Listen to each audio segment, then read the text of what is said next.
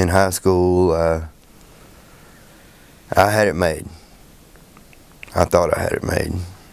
I was like in all the photo albums, the class president. I played sports. I was quarterback. My last year playing quarterback, we won every game except for Boy Buchanan. They beat us. I must have gotten too relaxed.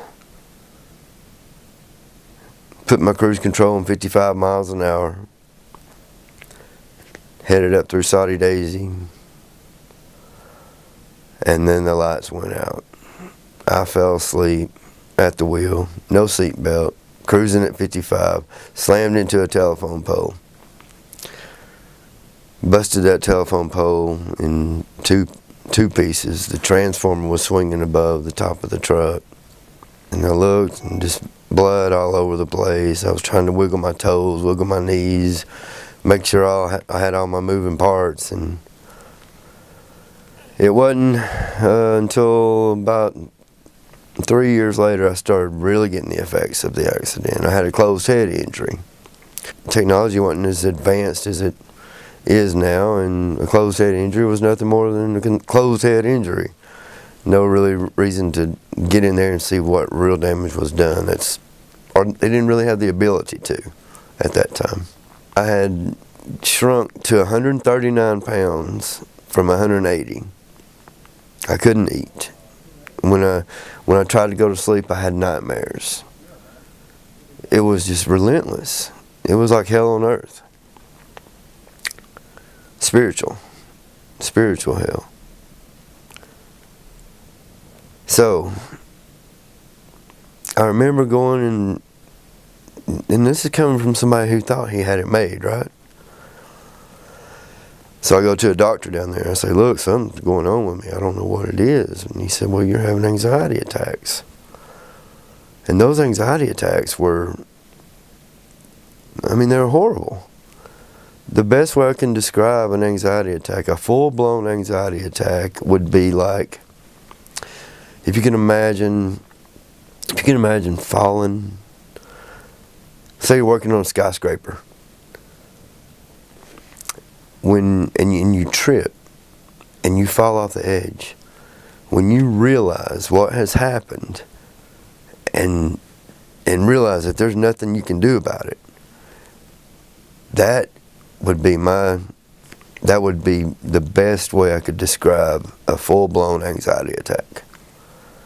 The most hopeless, helpless feeling, and you don't know if it's ever going to stop. As far as you know, it's going to last forever, and you know that there's no way to survive in that type of crisis. I remember one time, right before I told my mom and dad that I'm going to have to get psychiatric help. Nobody in our family had ever had any trouble like this. I remember going in there and just laying on the bed with my mom and dad and trying to explain to them why I was going to have to take my own life. A parent doesn't want to hear that. They can't hear that. But that's the level of desperation that an anxiety attack can get you to. I started going to see a psychiatrist, and they were treating me for anxiety and depression. So they were able to give me a certain medicine, and that made the anxiety go away, but I just felt left with depression. So I've had probably 17 or 18 rounds of electric shock therapy. And as horrible as those sound, there is, in my life, there was a place for them, because they brought me out with the combination of those therapies and the medication. Maybe 10, 15 years ago, I decided to go to a different doctor, and he has really taken my case on.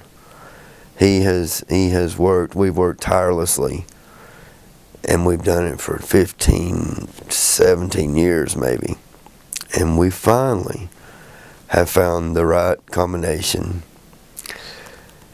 And I'll give some credit to my doctor, I'll give some credit to medication, but when it comes right down to it, the truth is, without God, without the master physician, we are helpless. How great the love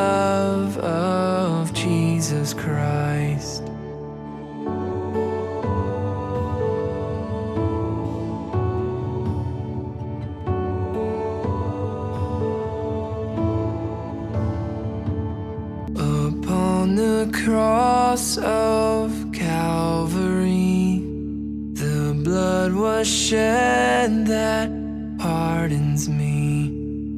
No longer